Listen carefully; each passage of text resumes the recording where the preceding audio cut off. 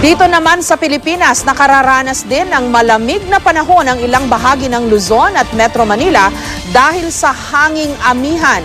Kaya paalala po ng Department of Health, alagaan ang inyong kalusugan.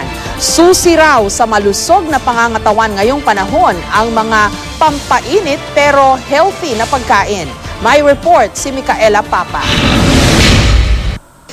Sa tindi ng lamig na nararanasan sa Benguet, ito ang sinapit ng mga pananim ng ilang magsasaka nitong mga nakaraang araw.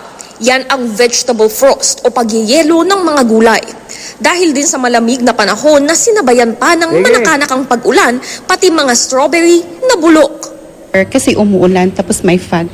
Yun yung may effect na it encourage or favor the growth of fungi and botrytis that cause rotting sa strawberry. Pero bukod sa mga pananim, apektado na rin ang bentahan ng mga rosas na nalalanta na. Aanihin pa naman daw sana ang mga ito para sa parating na Valentine's Day at Panagbenga Festival. Kasi pag may hamog, nag-occur yung mga sakit like yung frog eye doon sa strawberry and also sa roses. So, pero hindi. Paano siya malalabanan mo? Usually they spray with the fungicide. Ayon sa Pag-asa, naitala ang pinakamalamig na temperatura sa Baguio noong January 1 na umabot sa 11.8 degrees Celsius, mas mababa sa normal na 12.9 degrees Celsius. Wala naman dapat ikabahala dahil normal lang ito tuwing umiiral ang hanging amihan.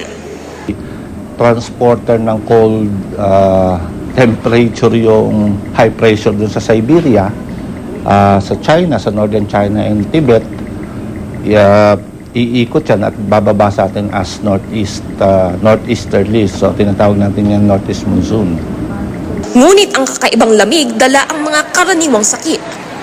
Isa sa nilista namin dyan ay yung measles o tigdas.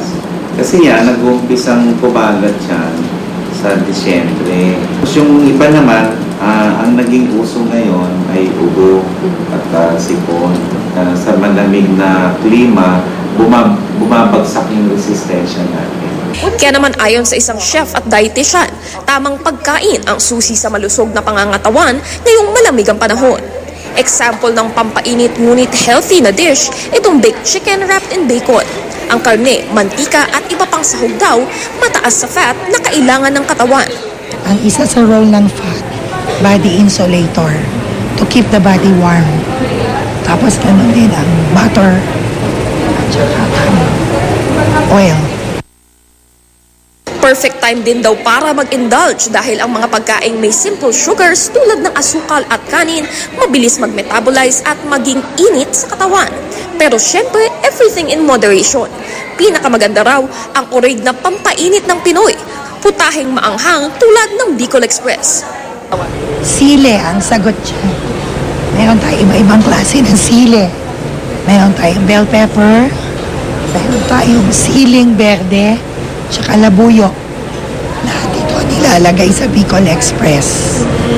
At ito pampainit ng katawan. At para naman labanan ang iba't ibang sakit, kailangan palakasin ang resistensya. Lantakan ang mga pagkaing mataas sa vitamin A at vitamin C. Tulad na lamang nitong zesty lemon fish kebab with tomatoes, potatoes, carrots, and string beans. Hindi totoo na vitamin C is only found in fruits. Kasi ang patatas ay mataas sa vitamin C. And this is not a fruit. Mataas ang vitamin C niya. Ang bell pepper mas mataas po kaysa sa orange. Yes, mas mataas. Kaya lang, huwag kakalimutan. Kung makikita nyo, hindi natin binalatan. Kasi ang karamihan sa vitamin C, malapit sa skin. Para tiyak na ma-enjoy ang preskong panahon ngayong taglamig, siguruhing alagaan ang inyong kalusugan. Micaela Papa, GMA News.